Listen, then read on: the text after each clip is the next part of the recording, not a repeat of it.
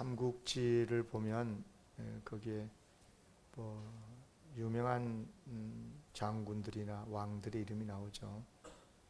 조조란 사람이 있어요. 조조. 중국 삼국 시대에 아주 걸출한 정치가로서 세상적으로 보면 대단히 성공한 사람인데요. 여러분, 조조는 어떤 인생관을 가지고 살았길래 그렇게 성공을 했을까?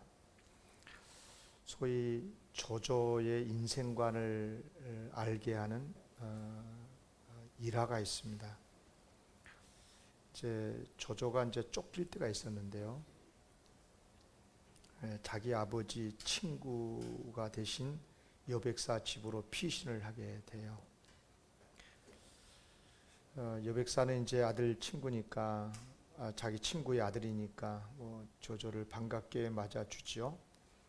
그리고 지극정성으로 이제 대접하기 위해서 사람들에게 돼지를 잡으라 하곤 자기는 이제 술을 사기 위해서 밖으로 잠깐 나갔다 오려고 나갔습니다. 밖으로 나갔습니다. 근데 조조가 이제 돼지를 잡기 위해서 칼을 가는 소리를 듣고 자기를 죽이려고 하는 줄로 알고 여백사의 집안 사람들을 다 죽이고 도망을 칩니다. 그리고 이제 가던 길에 도망치던 길에 이제 길에서 여백사를 만나게 되죠. 여백사가 그래요. 아니 왜 가냐고. 조조는 이런저런 핑계를 대고 가던 길을 가는데 생각해 보니까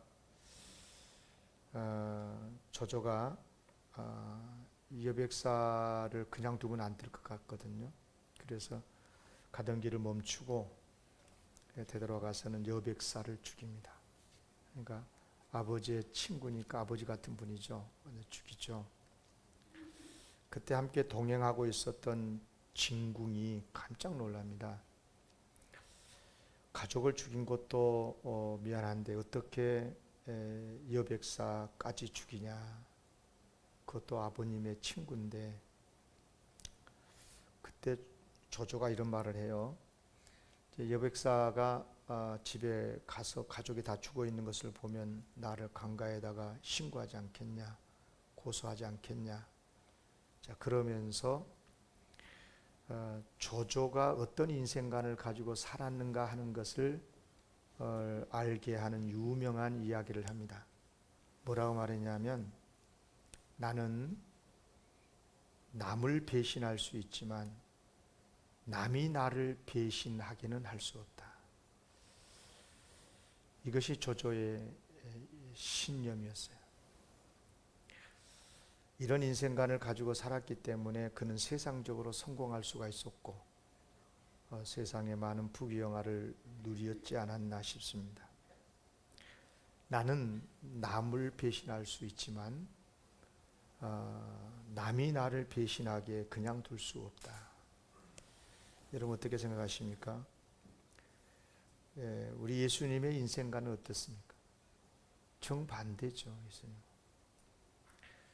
제자 가룟 유다가 예수님을 배신할 것을 미리 인지하셨고 아셨죠. 이런 경우에 조조 같았으면 틀림없이 먼저 칼을 빼들고 가룟 유다를 제거할 수 있었겠죠. 나는 남을 배신할 수 있어도 남이 나를 배신하도록 내버려 둘 수는 없다. 그런 사람이 조조였기 때문이죠. 그러나 예수님은 비록 그렇게 신뢰하고 사랑했던 제자가 배신을 할지라도 오히려 고스란히 배신을 당하셨고 오히려 그를 불쌍히 여기셨고 회개하면 용서하실 수 있었을 거예요. 그래요, 예수님은 나의 이익을 위해서 남을 이용하지도 않았지만 남이 나를 힘들게 할지라도 오히려 그에게 이익이 되려고 하셨던 예수님.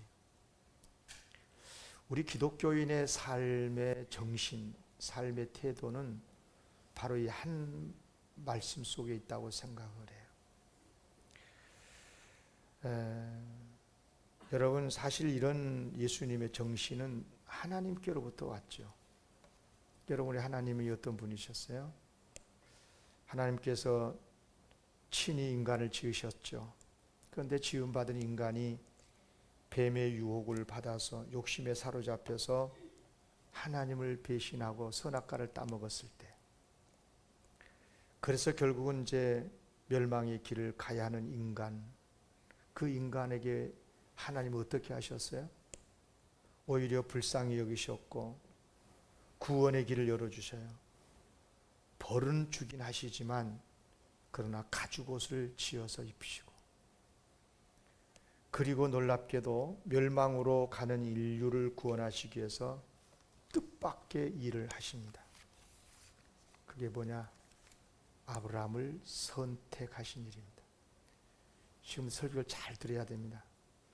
여러분, 그냥 이런 기독교의 진리를 모른 채로 창세기를 읽으면 원역사가 끝나고 족장의 시대가 시작이 되면서 하나님이 아브라함을 부르셨더라, 이런 정도로 이야기 스토리로 끝나요. 그런데 하나님의 의도, 하나님이 어떤 분이신가를 알려면 설교를 잘 들어야 돼요. 잘 들어보세요. 하나님이 왜 아브라함을 선택하셨을 것 같습니까? 왜 하나님이 아브라함을 선택하셨을까요? 여러분, 매우 중요한 이야기입니다. 하나님께서 아브라함을 선택하신 이유, 그게 뭐냐? 크게 두 가지입니다. 오늘 본문에 있죠?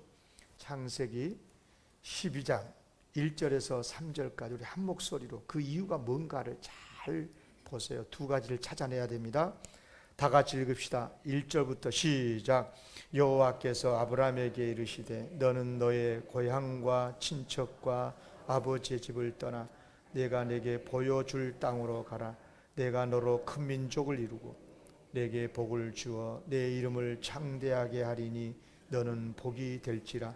너를 축복하는 자에게는 내가 복을 내리고 너를 저주하는 자에게는 내가 저주하리니 땅의 모든 족속이 너로 말미암아 복을 얻을 것이라 하신지라.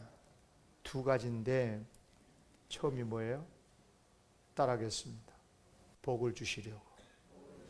하나님께서 아브라함을 부르시는 목적은 첫 번째, 복 주시려고요. 복 주시려. 두 번째는 뭐예요? 하나님께로부터 받은 복을 가지고 세상 모든 사람들에게 복을 나누라고. 아멘. 내가 너를 큰 민족으로 만들고 이름을 창대하게 하겠다. 너를 진짜 너에게 복을 줄게. 그래서 너는 복이 되라. 복이 되라. 그리고 그 복을 가지고 땅의 모든 족속이 복을 얻도록 하라. 받은 복으로 모든 사람에게 복이 되라. 그래서 아브라함은요, 하나님께 복을 받아야 하고, 받았으면 그 복으로 세상 사람들에게, 모든 사람들에게 복이 되도록 살아야 돼요. 아브라함은 실제로 그렇게 살았어요. 그래서 오늘 본문 말씀에서 우리는 소위 우리 그리스도인들이 가져야 되는 두 가지 관계, 이걸 분명하게 설정하고 살아야 돼요. 우리 인간은 반드시 이 두 관계를 가져요. 하나는 하나님과의 관계. 그러니까 아브라함을 중심으로 놓고 보면 아브라함과 하나님과의 관계. 또 하나는 뭐냐면 아브라함과 이웃과의 관계죠. 세상과의 관계. 이 두 가지 관계가 어떤 관계냐는 겁니다. 어떤 관계로 설정이 되어 있느냐 하는 것입니다. 첫 번째는 하나님과 아브라함의 관계가 어떤 관계일까요? 하나님은 아브라함에게 복을 주시는 분, 아브라함은 하나님으로부터 복을 받는 관계. 아멘. 따라합시다. 하나님은 복을 주시는 분, 우리는 하나님께 복을 받은 사람. 아멘. 이게 이게 정확하게 내 인생관으로 설정이 되어 있어야 돼. 여기서 어긋나면 다 어긋나요. 여기서 어긋나 버리면 신앙도 다 병들게 되고 나중에 예수 믿다가도 다 교회 떠나요. 이 부분이 정확하게 설정이 되어 있어야 돼요. 여러분, 그러니까 아브라함은 하나님께서 부르실 때 복 주시려고 불렀거든요. 그러니까 아브라함은 하나님께 복을 받아야 되는 거예요. 복을 받아야 돼요. 복은 하나님께로부터 오기 때문에. 그래요. 그래서 아브라함은 하나님께로부터 복은 온다라고 믿었고 힘써 하나님의 복을 받기 위해서 노력하는 걸 볼 수가 있어요. 그리고 실제로 복을 받고요. 여러분, 정말 유치원생들로 생각하고 물어볼게요. 대답을 해야 돼요. 대답을 하고 속으로만 생각한 것하고 말을 내 신앙으로 고백한 것하고는 달라. 그러니까 한번 물어볼게요. 딱 대답하셔야 돼. 복은 어디서 옵니까? 다시, 복은 어디서 옵니까? 더 크게, 복은 어디서 옵니까? 그렇게 믿습니까? 그렇게 믿으셔야 돼요. 여기에서 1도 틀리면 안 되는 거예요. 복은 세상에서부터 온다느니, 복은 뭐 부모로부터 온다더니, 복은 뭐 권력으로부터 온다느니 이렇게 생각해 버리면 안 되는 거예요. 다시, 복은 어디서 옵니까? 아멘. 그렇기 때문에 복을 세상으로부터 받으려고 하면 안 돼요. 세상은 우리에게 복을 줄 수도 없지만요, 만약에 우리가 세상에서 복을 받으려고 하잖아요. 그러면 세상을 따르게 돼 있어요. 왜냐? 사람은 복을 받아야 하는 존재거든요. 복을 안 받으면 못 살게 돼 있어요. 우리 인간은요. 복을 받아야 되는 거예요. 그런데 복을 주는 쪽으로 가게끔 돼 있어. 그러니까 만약에 우리가 복은 하나님께서 주신다, 하나님께로부터 복이 온다 그러면 우리가 하나님을 지향하게 돼 있어요. 하나님을 바라보게 돼 있다니까요. 그런데 만약에 세상으로부터 복이 온다 하면 세상을 바라보게 돼 있어요. 그럴 수밖에 없어요. 여러분, 그렇지 않아요? 꼭 기억하셔야 됩니다. 그런데 복이 세상으로부터 온다고 하면 어떻게 되겠어요? 복 받기 위해서 세상을 따라갈 수밖에 없고 세상을 기웃거릴 수밖에 없고, 그러면 세상은 우상이 될 거고 세상과 함께 망할 수밖에 없게 되는 거예요. 아브라함은요, 하나님께 받은 사람답게 인간의 모든 복은 하나님께로 온다고 믿었고, 그래서 하나님만을 사모했고 진짜 하나님의 복을 받았습니다. 조조는 복은 세상으로부터 온다고 생각을 했어요. 그래서 세상적인 방법으로 살아요. 그런데 놀랍게도 복을 받네. 또 복을 안 받았으면 모르겠는데 복을 또 받아. 복을 성공을 해요. 그럴 수 있습니다. 예. 그러나 여러분, 이걸 아셔야 됩니다. 그는 하나님을 모르는 사람일 뿐인 거예요. 성경적으로 표현하면 하나님께 선택받지 못한 사람이란 말이에요. 그래서 하나님께서는 그를 간섭하지도 않으셨고 악하게 살아도 그냥 내버려 두는 거예요. 자기 방법대로 살아도 자기 식대로 살아서 성공하게 내버려 두는 거죠. 그러나 결국은 망하죠. 그러나 하나님께 선택받은 사람은 다릅니다. 하나님이 간섭하실 수밖에 없어요. 하나님이 선택한 하나님의 백성이니까. 예. 따라서 하나님의 선택을 받아서 구원받은 우리는 우상 숭배로는 절대 복을 받을 수 없다는 걸 알아야 됩니다.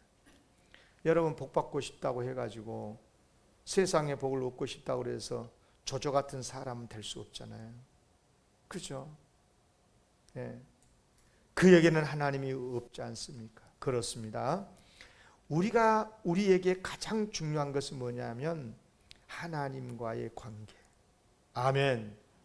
하나님은 나에게 복을 주시는 분, 나는 하나님께 복을 받아야 복되게 사는 사람. 아멘. 이건 정확하게 이해하고 믿고 살아야 돼요. 그래야 흔들림이 없어요. 두 번째는 뭐냐면 이제 아브라함을 이야기하니까 아브라함과 이제 세상과의 관계인데, 아브라함은 하나님의 선택을 받았고 하나님께 복을 받았어요. 그러면 이 받은 복을 어떻게 하는 거예요? 자기 유익하게 자기만을 위해서 살아야 되느냐? 그건 아니고 세상에 나누어져야 되는 거예요. 만약에 아브라함이 세상에 복을 끼치지는 않고 오히려 반대로 세상에서 복을 받으려고 기웃거리면 어떻게 되겠어요? 그것은 하나님의 백성으로서 올바른 자세가 아니죠. 오히려 하나님을 욕되게 하는 게 아니겠어요? 제가 어렸을 적에 우리 아들들이 이런 모습, 아들들 이런 모습을 본 적이 있어요. 참 속이 상했어요. 그날 진짜 속이 상했습니다. 뭐냐면 우리 이제 초등학생 때쯤 됐나. 그런데 우리 아이들이 다른 형들, 누나들, 동생들이 있는데 그 아들이 맛있는 빵을 먹고 있으니까 이렇게 먹으면 위에 쳐다보다가 또 내리면 손 쳐다보고 빵만 자꾸만 쳐다보고 있는 거예요. 그러다가 이제 한쪽이라도 얻어 먹으려고. 네. 여러분, 아이니까 그럴 수 있다고 생각을 해요. 그러나 그런 모습을 보면 부모의 마음이 얼마나 속이 상해요. 그렇지 않습니까? 여러분 안 봤어요? 한 번도? 배부르게 잘 살았나 봐요. 여러분, 아이니까 그럴 수는 있다고 생각을 하지만 부모 입장에서 얼마나 속이 상해요. 하물며 우리 하나님 자녀가 하나님을 보지 않고 세상에 덕 보려고 세상 사람들에게 구걸을 한다면 우리 하나님 아버지께서 아버지로서 얼마나 속이 상하시겠어요. 얼마나 기가 막히겠어요. 여러분 그렇지 않겠습니까? 따라합시다. 우리는 하나님의 자녀입니다. 아멘.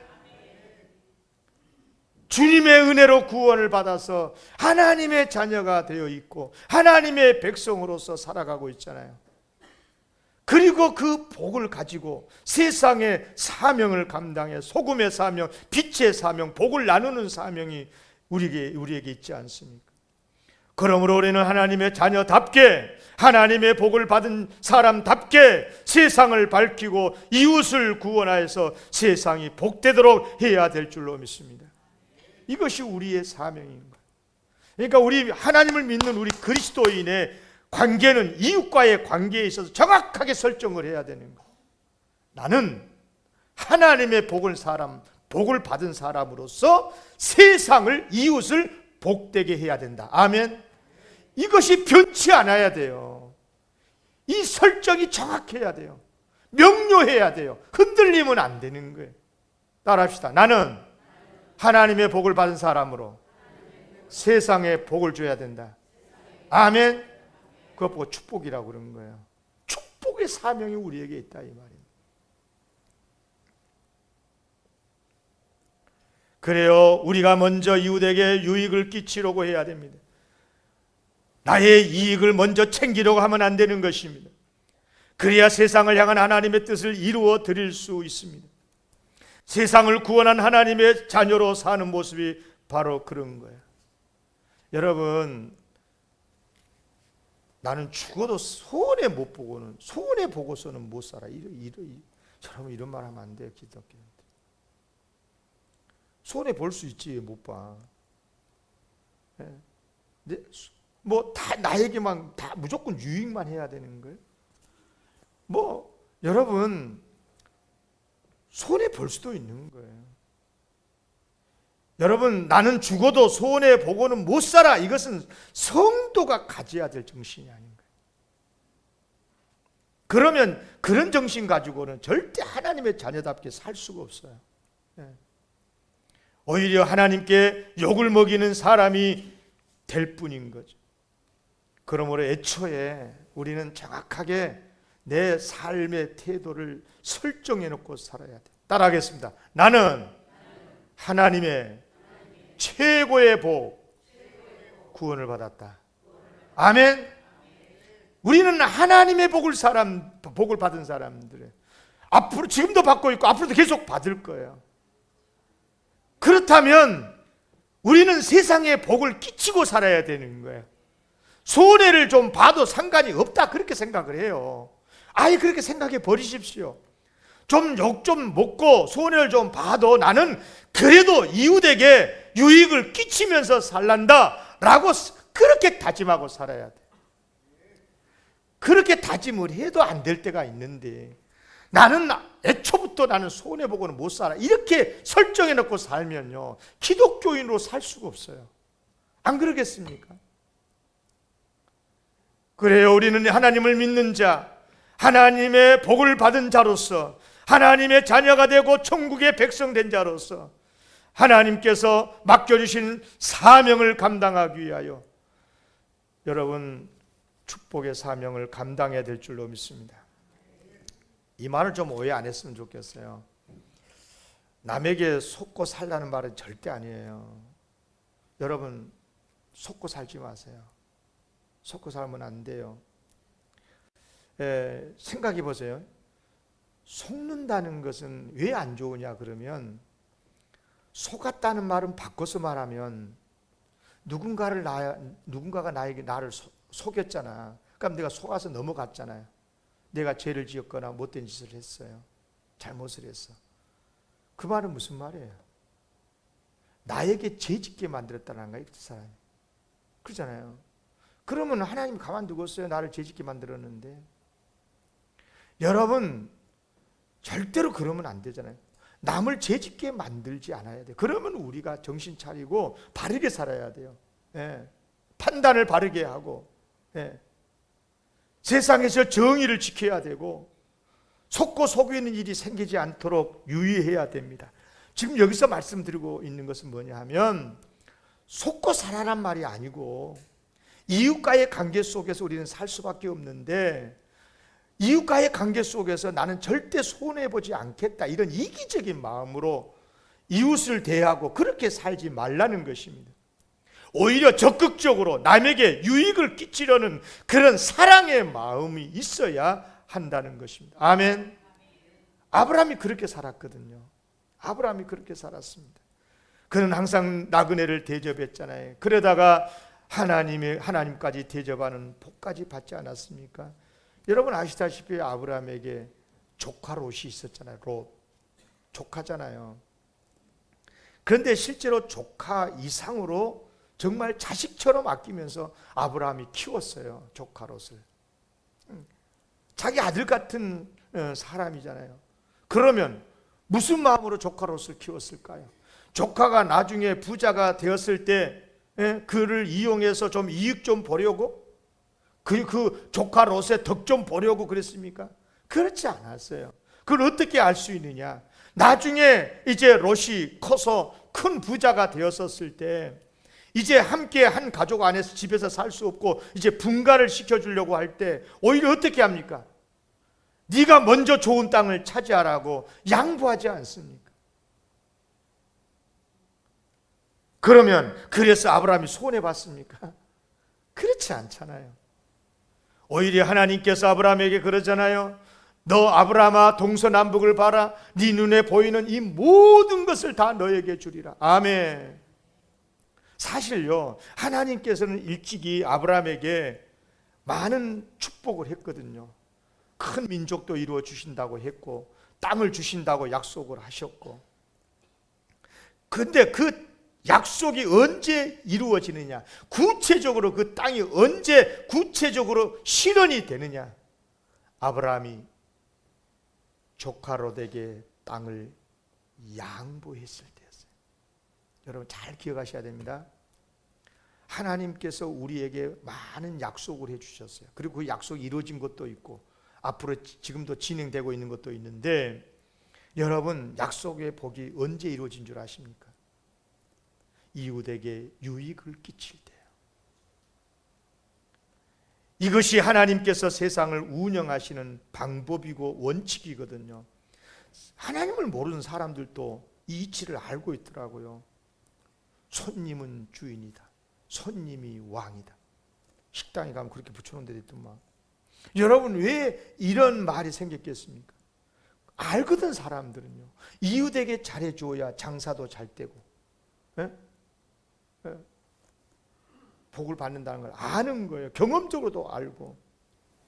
여러분, 최근에 우리 영광교회 이 주변에 뭐 새로운 식당들이 많이 생기더라고요. 생겼다가 없어지고 없었다가 또 생기는데, 뭐 최근에 보니까 뭐 새로운 식당이 많이 생기더라고요. 양식집도 있고 일식집도 있고 뭐 감자탕 집도 있고 이런저런 식당 잘 되었으면 좋겠어요. 여러분들 좀 많이 이용해 주세요. 그런데 처음에는 잘 되다가도 시간이 지나면서 안 되는 식당들이 있더라고요. 이유가 뭔 줄 아세요? 처음에는 손님 중심으로 손님의 입맛에 손님의 건강을 생각하면서 이렇게 장사를 하다가 나중에는 이제 돈밖에 없어도 돈 벌려고 조금이라도 더 벌어보려고 하다 보면 금방 손님들은 알거든요. 아, 이 사람이 고기를 2점 넣었다가 1점 넣었구나. 제가 개업하는 날 가봤거든요. 아, 푸짐하게 주시더만. 그래서 다른 목사님들 와서 손님 모시고 가봤어. 조금 주저대. 모를 것 같죠? 여러분, 자기의 이익만을 생각하고 손님의 건강, 입맛에 생각하지 않기 때문에 하다가 어려움을 당하고 그런 거 아니겠어요? 아무리 작은 가게라도 손님뿐만이 아니고 같이 일하는 조급원들까지도 잘해줘야 성공을 한다. 이것은 세상을 운영하는 기본 원리고 성경이 또 가르쳐주는 원리이기도 하고, 그런데 안타깝게도 성경도 모르는 불신자들은 잘 알아가지고 그렇게 하는데, 하나님을 믿고 성경을 안다는 성도들이 나는 절대 손해보고는 못 산다고 이렇게 하면서 삶을 쓰겠어요. 내 사전에는 손해가 없다. 내 인생에서는 양보가 없다. 여러분, 할 말 있고 안 할 말이 있지. 여러분, 그런데 세상 바깥에서, 세상에서도 안 그러면 안 되겠지만 교회에서조차도 그렇다면, 그런 자세로 산다면 어떻겠습니까? 그러면 이것은 자신에게도 복이 안 되고요, 하나님을 욕되게 하고 스스로 복을 차버린 거거든요. 따라합시다. 손해볼 수 있다. 그래도 나는 유익을 끼치겠다. 아멘. 여러분, 정말 이것이 하나님께서 우리에게 주시는 사명이거든요. 죄송한 말입니다만은 사실요, 세상 사람들이 남에게 잘해주는 이유가 있어요. 조금만 깊이 들여다보면 그 이유가 딱 보여요. 왜 잘해줍니까? 왜 잘해줘?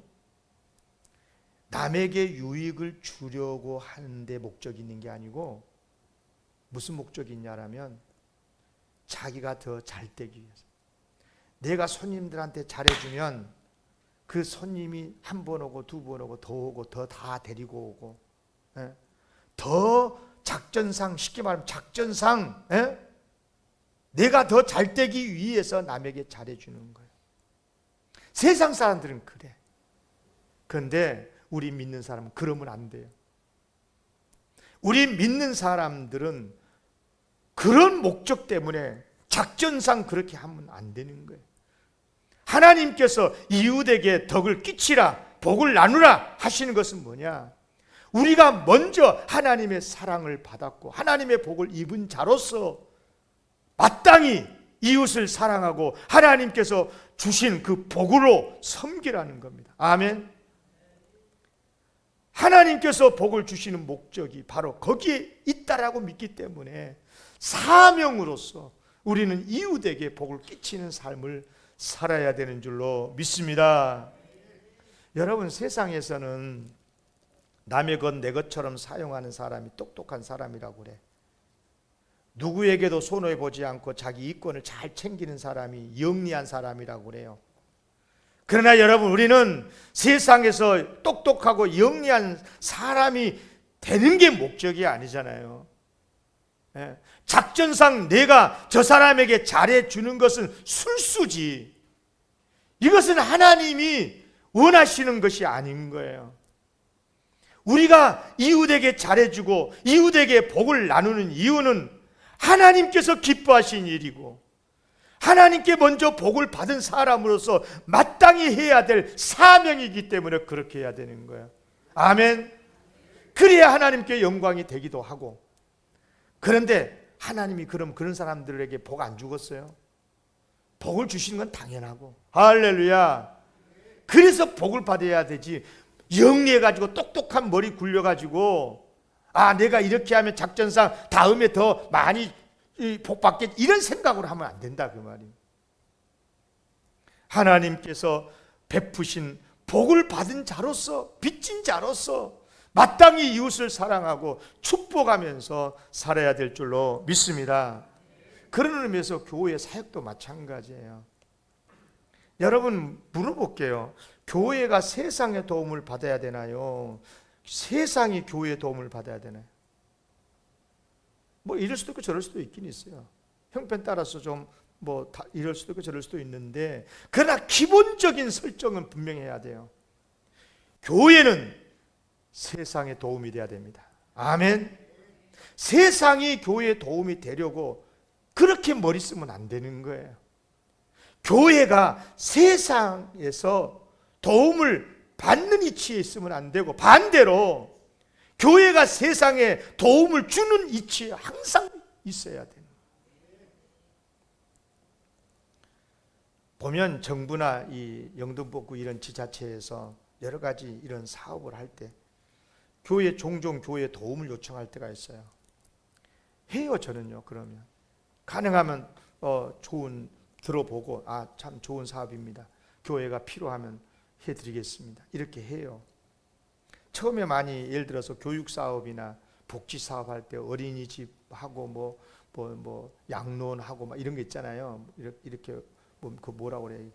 할 때 대체로 이제 교회에서 뭐 교육관을 어린이집으로 이렇게 오픈해가지고 이렇게 했는데, 나중에는 주인이 바뀌더만. 나중에는 이제 종교 행사하지 마라 그래. 교회 건물인데.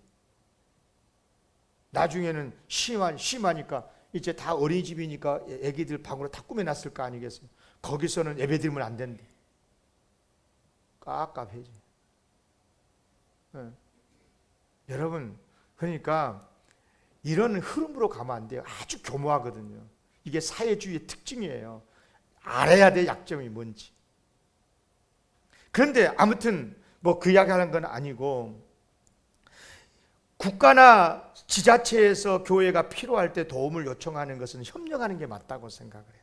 그렇지만 교회가 정부나 지자체에서 하는 사업을 따내가지고 교회 유익을 위해서 하려고 하는 것은 조심해야 돼요. 많이 고민해야 돼요. 예. 물론 교회 형편에 따라서 할 수는 있겠다 생각도 요즘은 해봅니다. 그러나 여러분, 기본적으로 우리가 생각할 것은 세상에 어떤 나라의 자원을 이용해 가지고 교회를 발전시키겠다, 이런 발상은 정말 위험하다. 반대로 오히려 교회가 희생해서, 교회 예산을 희생해서, 내 것을 희생해서 세상에 나라의 유익이 되도록 해야 된다 그 말이에요. 아멘. 네. 그래서 가능하면 저는요, 여기 그 전에 제가 한번 말씀을 드렸잖아요. 여기 쉼터에 한 몇 년 동안 했었을 때 구청이 왔다니까 저한테.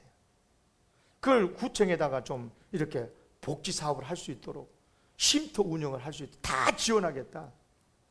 노 그랬어요. 안 하겠다. 우리가 부조가 작은 교회지만 우리 교회 규모에 맞게 최선을 다해서 하는 거다. 그런 생각을 했어요. 뭐 나중에 뭐 이런 것 저런 거 많이 말이 있었습니다만, 아무튼 그런 거예요. 뭐 그것이 틀렸다 맞다 이런 뜻이 아니고, 기본적으로 교회의 위치는 이웃에게, 세상에게 유익을 끼쳐야 될 줄로 믿습니다. 아멘.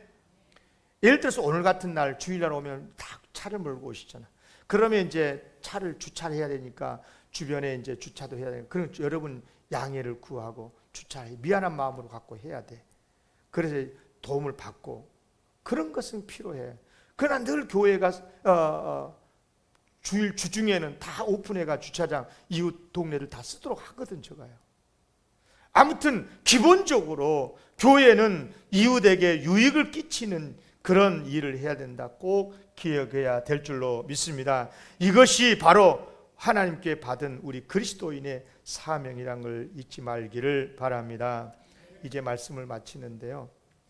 여러분, 우리는 하나님과의 관계 속에서 하나님은 복을 주시는 분, 나는 복을 받는 사람. 아멘. 이걸 꼭 잊지 마세요. 이 설정을 분명하고 사세요. 복은 다른 데서 안 와요. 하나님께로부터 와요. 아멘. 이 말은 가만히 있어도 온다는 뜻이 아니고 하나님의 은혜가 임해야 돼요. 그러면 복을 받기를 사모하고 복을 받기 위해서 기도하는 거 절대 틀리지 않은 거예요. 오히려 사모함으로 기도하고 복을 받도록 노력을 해야 되는 거예요. 아멘. 기도도 안 해놓고 복 못 받아놓고 왜 복 안 주냐 그러면 안 돼요. 복을 받을 때까지 하나님 앞에 땡깡을 부려서라도 하나님 복 주세요, 건강 주세요, 지금 이런 형편은 어려운데 좀 도와주십시오. 하나님이 길을 열어주실 줄로 믿습니다. 그리고 복 받았으면 반드시 축복의 사명을 감당해야 돼요. 예, 유익을 끼치면서 살아야 돼요. 이웃관계 속에서 좀 내가 손해 볼 수 있어요. 그럴지라도 나는 기본적으로 저 사람에게 나는 유익을 주겠다, 이런 마음으로 사세요. 그렇게 다짐했어도 안 될 때가 있어요, 속이 상해서. 그런데 애초에 나는 손해보고는 못 살아, 이렇게 하면 안 된다 그 말입니다. 꼭 기억하십시오. 이제 추석도 돌아오고 있는데 우리 그리스도인들이 이 세상을 살아갈 때 어떤 자세로 살아가야 되는가, 오늘은 이런 말씀을 함께 나누었습니다. 축복합니다. 하나님의 복을 받으십시오. 세상을 향해서 복을 나누십시오. 그럴 때 하나님께서 더 큰 은혜를 주실 줄로 믿습니다. 기도하겠습니다. 하나님